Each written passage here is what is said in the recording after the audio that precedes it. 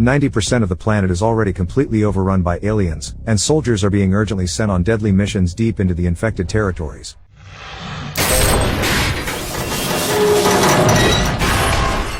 In the near future, Earth is under attack by aliens, who have taken over most of the planet. The military is fighting back against the alien monsters and recruiting volunteers to push for an inevitable victory. A new infection zone has just been identified in the Middle East. It's home to massive tentacled creatures that move through the desert in small groups, wiping out entire cities in their path. Sergeant Frater is part of a special U.S. military unit operating at the heart of this infected zone. At first, humanity fought as one, but airstrikes and carpet bombings meant to wipe out the enemy caused civilian casualties. This has led to growing local resistance against the military. Despite the danger, Frater continues his mission, tasked with eliminating not only the monsters but also the rebels. When he returns to camp, even his own men don't recognize him due to his skilled use of camouflage, and only his papers keep him from being executed on sight. Michael, Frankie, Sean, and Carl are four best friends from Detroit. They've been in the military for a few years but have yet to face real danger. Eager to make some money and prove themselves, they agree to head to the front lines. Before leaving for the infected zone, each takes care of personal business. Michael, an orphan,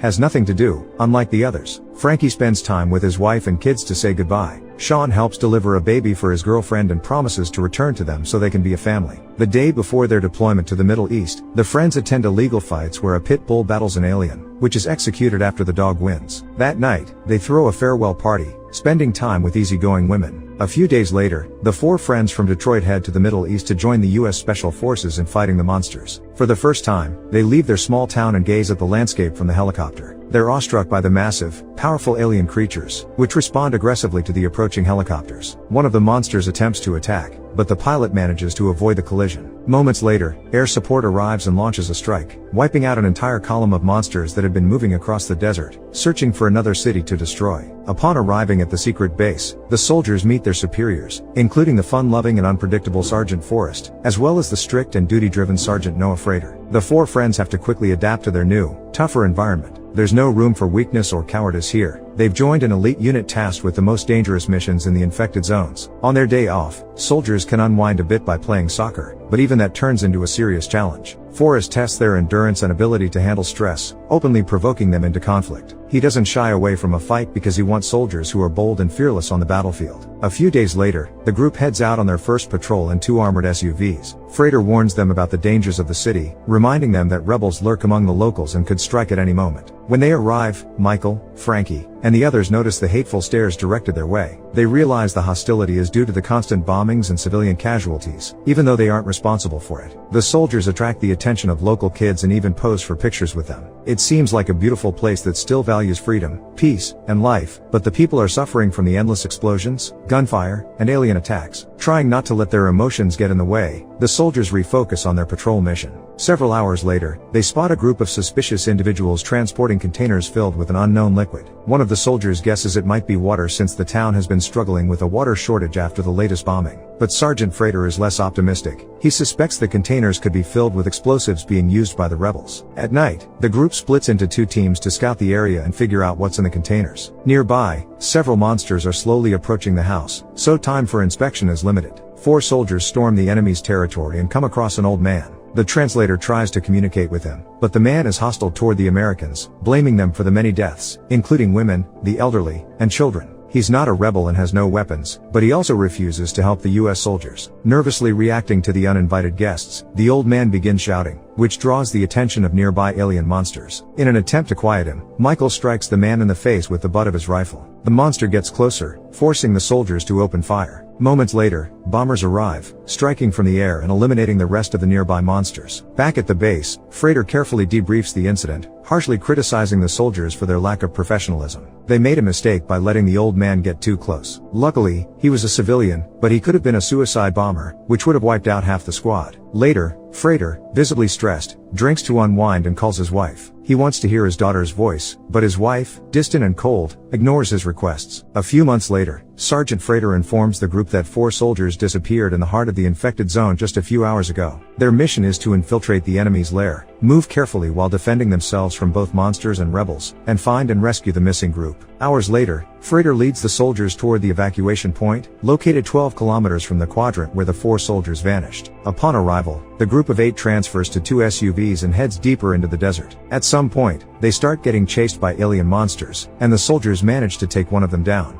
Right after that, the first vehicle hits a planet explosive, killing 2 soldiers. The group is then surrounded by insurgents who open fire, trying to drive the outsiders off their land. Sean was in the first vehicle, manning the machine gun, which placed him higher up than the others, allowing him to survive. Though badly concussed, he stumbles towards the rest of the group but isn't paying attention to where he's going, steps on a mine, and loses both legs. While Sergeant Frater, Michael, and Frankie try to fend off the militants, picking them off one by one, Carl does everything he can to save Sean. He administers painkillers and uses tourniquets to stop the bleeding, but Sean is barely aware of what's happening. The insurgents are using every weapon they have, including RPGs, and they blow up the second SUV. The group loses another soldier and realizes they need to retreat, as they're in an open area and can't keep up a firefight with an enemy that vastly outnumbers them. Working together, covering each other with fire, the 5 remaining soldiers fall back to some abandoned buildings about 100 meters behind them. They manage to take cover in one of the houses, but the insurgents are still closing in. Frankie, overwhelmed by the situation, loses it and starts shooting the machine gun wildly. The sergeant tells him to conserve ammo, reminding him they're severely outnumbered and need to hold out until reinforcements arrive. Frater tries to contact the base to call for support, but the nearest evac isn't possible for another 27 minutes. They don't have that long, so he requests an airstrike drone be sent to their location. For the first time in such a tough situation, Michael and Frankie struggle to pull themselves together and calm down. The sergeant is forced to fight off the insurgents attacking from all sides while also snapping the soldiers back to reality. Carl is still trying to save Sean,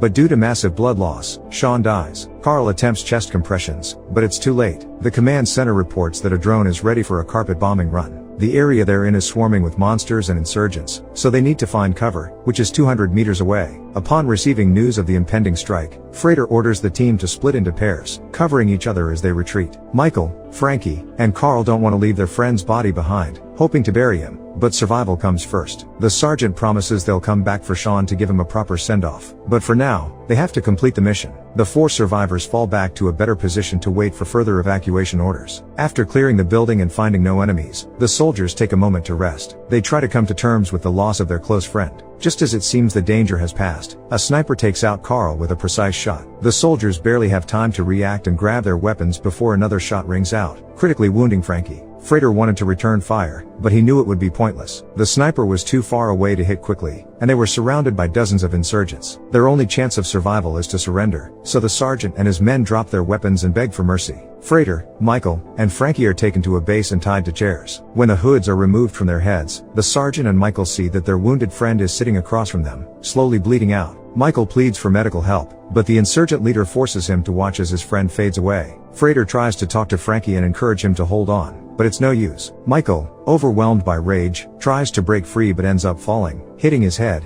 and losing consciousness. At night, a massive monster attacks the insurgent base, causing most of the fighters to flee. One of the insurgents heads toward the hostages, planning to either execute them or leave them as food for the alien monster to buy some time for his escape. As soon as he unties Frater from the chair, the sergeant attacks the insurgent and crushes his skull. After cutting the remaining rope with shards of broken glass, Frater helps Michael regain consciousness and free himself. The sergeant goes off to scout the area while Michael stays close to Frankie's body to say goodbye to yet another friend. Tears well up in his eyes as he mourns the loss of 3 of his closest friends in just one day. A few minutes later, Michael finds a piece of pipe and sets off in search of the enemy. When he encounters the insurgent leader in the armory, he brutally avenges what happened to his friend. Michael takes all the weapons from the armory and bolts outside, where he sees the monster destroying high-voltage power lines. Meanwhile, the sergeant finishes searching the building and executes anyone who couldn't escape. After taking care of the enemies, Frater and Michael ride off on 2 motorcycles they took from the insurgents. In the morning, they stop as Michael begins to feel overwhelmed. He's nauseous, and the shock makes it hard for him to respond appropriately to everything happening around him.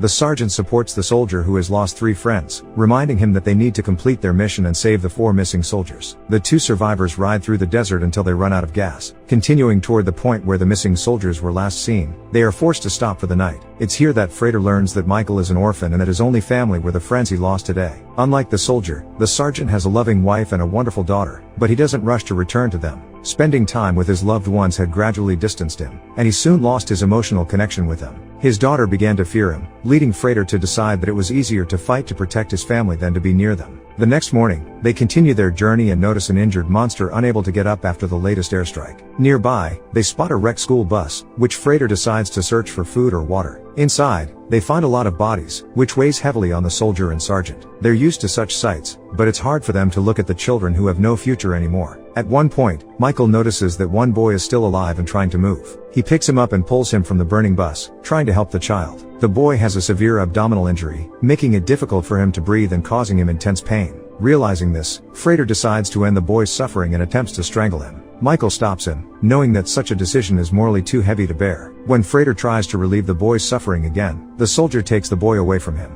At the same time, they notice 3 riders, locals, including a woman. It turns out to be their school bus, and they can help the boy. After finding a water source on their way back, the soldiers clean themselves up, and the woman washes the child's wound to ease his suffering. Upon arriving at the local settlement, the soldiers approach the people with distrust and caution, but they realize they pose no threat. The children eagerly interact with them, play games, examine their weapons, and share their toys. In the evening, Frater and Michael have dinner with everyone, after which a few people head into the desert. Michael follows the woman and the men with her. It turns out they decided to return to the bus to perform a ritual and bury the children who didn't survive the bombing. Meanwhile, Frater finds the tent where the rescued boy lies. Despite the medical help and medicine he received, the little one stops breathing. This hits the sergeant hard, as he realizes he could have spared the boy from suffering but didn't act in time. Now, he's forced to watch as the child loses his life, racked with horrible pain. As a result, Frater not only loses control of his emotions but also literally begins to go insane, growing more and more deranged with each passing minute. Michael and the local woman linger near the destroyed bus, watching as a monster approaches. Instead of trying to flee or seek shelter, they decide to observe its actions. The alien creature mourns the monster that was harmed in the explosion, then releases a multitude of flying spores. This beautiful sight shocks Michael, as the aliens do not behave aggressively unless attacked. They live their lives and grieve the loss of loved ones just as deeply as humans do. In the morning, Michael returns to the settlement, only to be attacked by the sergeant. As he beats his subordinate, Frater reminds him of the importance of their mission.